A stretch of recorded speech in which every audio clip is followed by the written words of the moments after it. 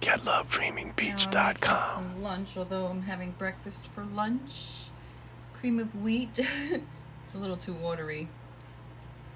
And vegan pancakes. For syrup, I'm going to use this sugar in the raw liquid sugar, which doesn't have the maple flavor taste, but I actually prefer it. It's not. Did you know maple syrup is crazy sugary? It's more sugary than sugar. Little.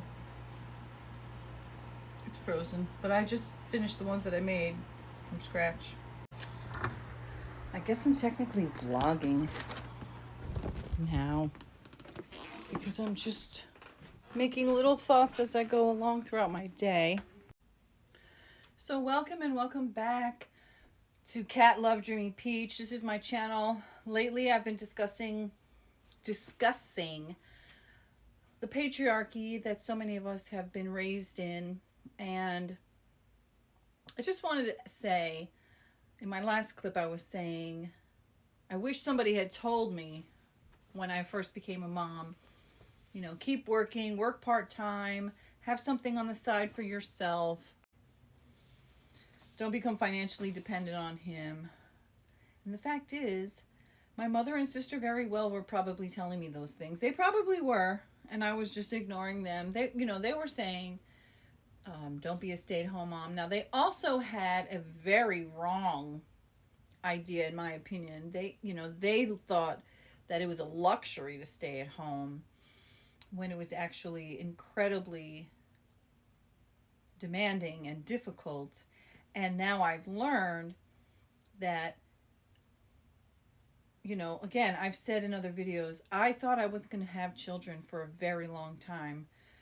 From like 15 years old to about 35 years old. I truly believed, because of the reproductive cycle issues that I was having, that I was not going to be a mom.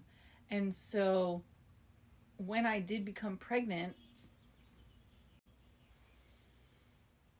all I cared about at that point was being able to be with my children. And I had a lot of issues with my biological mother, who was very abusive and neglectful and ultimately abandoned me when I was 5 years old.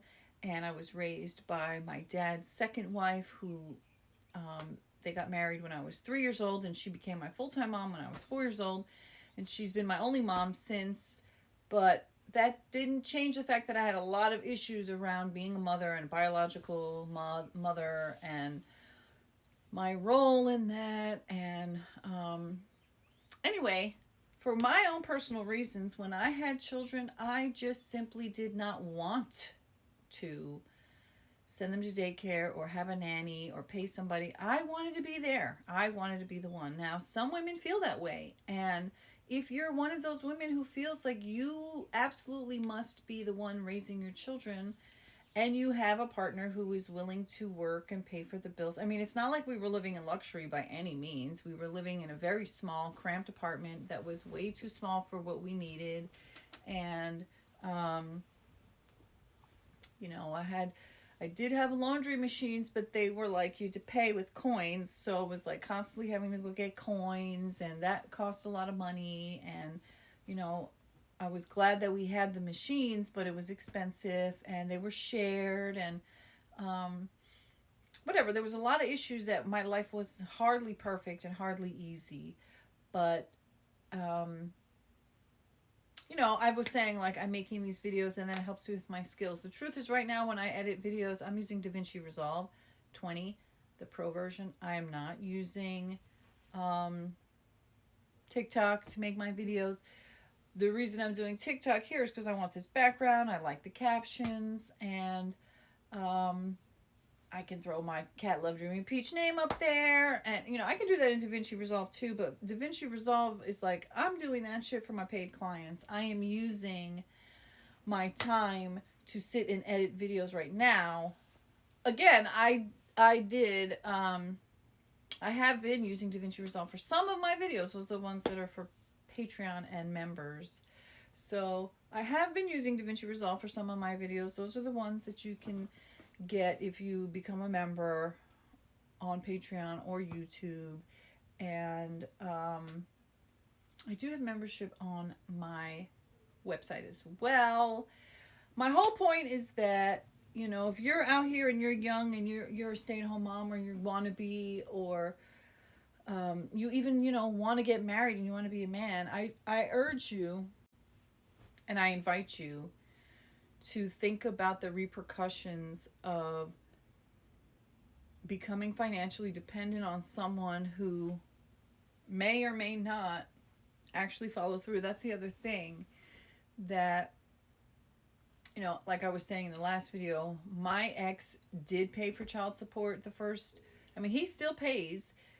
It's not a significant amount where it's making an enormous difference. It does help. It makes a difference. I'm grateful that he's consistent that way.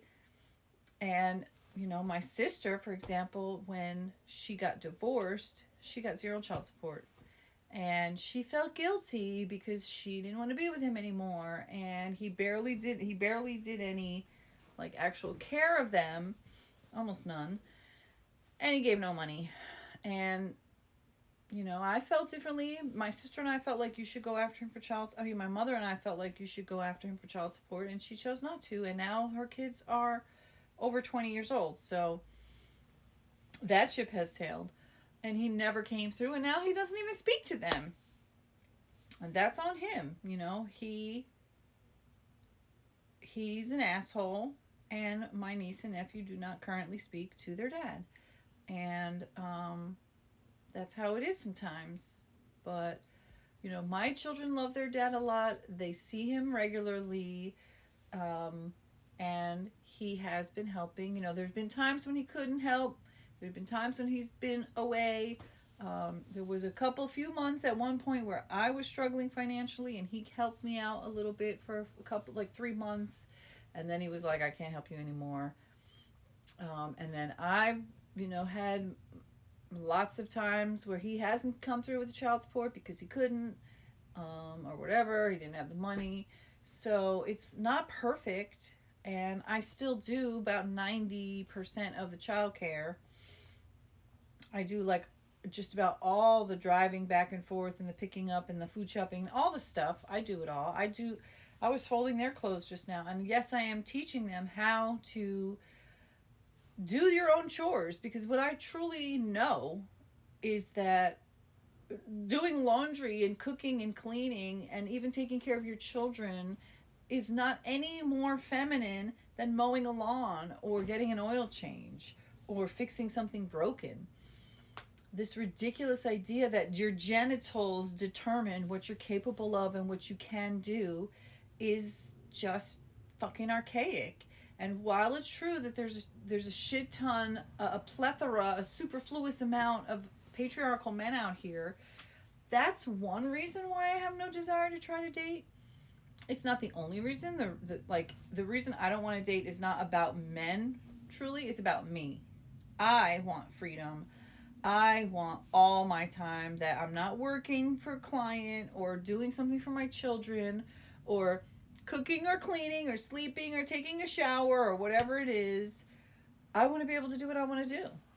Maybe someday that'll change. Maybe someday I'll meet a truly feminine type of man, not a feminine man, you know, a feminist man who also despises the patriarchy and also just hates that whole bullshit, stupid shit. It's just like men who believe in that are truly incompetent in those ways, and they're proud of it. They proudly and boldly proclaim that it's their right and their entitlement and their privilege to have somebody doing all of their basic stuff.